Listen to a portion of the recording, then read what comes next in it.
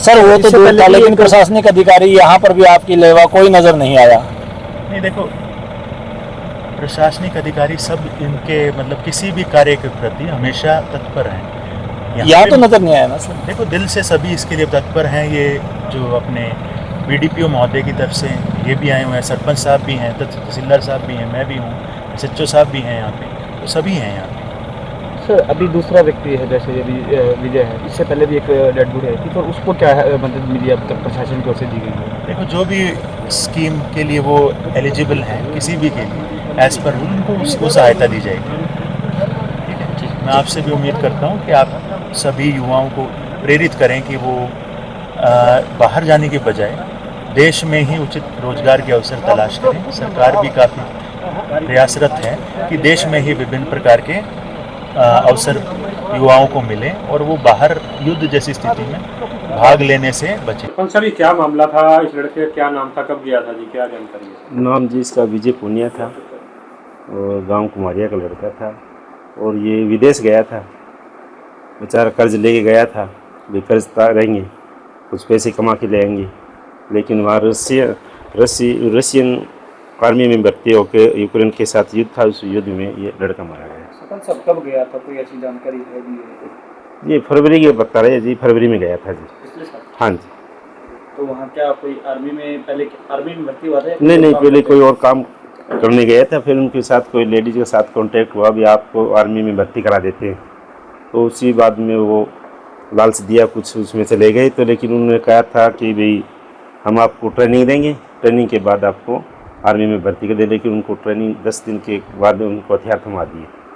तो एक ये भी बात सुनने में आई थी कि कुछ पैसे एडवांस दिए गए थे, कोई परिवार को पैसे मिले हैं जी रशियन? नहीं जी, ऐसे कोई बात नहीं है और नहीं मिले, पैसे भी नहीं मिले, सिर्फ लालच दिया गया? लालच दिया गया था।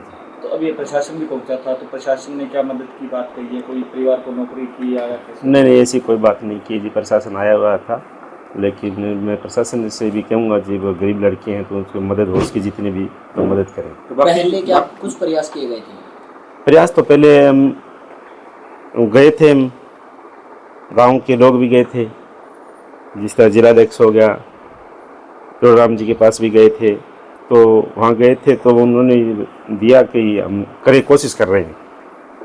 तो एक बात की थी जी, विदेश मंत्रालय ने आपसे काफ़ी बार, आप भी शायद आपको पता होगा, गए थे, परिवार के लोग भी गए थे? हाँ जी, परिवार के लोग गए थे। वहाँ से क्या कुछ मिला था? डीएनए कब मंगवाया गया था डेड बॉडी की? डीएनए तो सब कम से कम 2 महीने हो गए।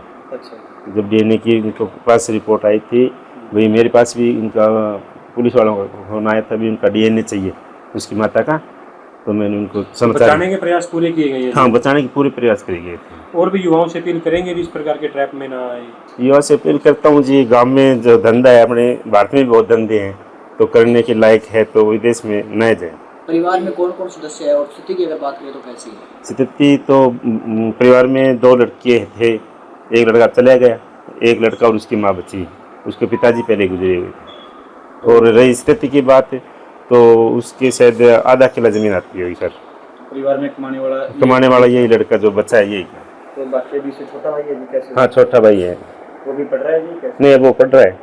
हाँ जी। तो एक बात करें जी, डेड बॉडी के लिए कब सूचना प्राप्त हुई थी? डेड बॉडी के लिए जी कल शाम को पता लगा था हमको, तो कल शाम को ये 10-11 बजे चले गए थे दिल्ली ले आने के लिए। नहीं, दिल्ली एयरपोर्ट। हाँ, ग्रामीण स्तर पर भी कुछ सहायता की जाएगी? ग्रामीण स्तर पर तो जो होगी जो करेंगे सर। सुरेश कुमार डावला, सरपंच कुमारिया जी। आपके राज्य की खबरें, आपके शहर की खबरें सबसे पहले जानने के लिए देखते रहें अमर उजाला। चैनल को सब्सक्राइब जरूर कर लें और पाएं हर अपडेट।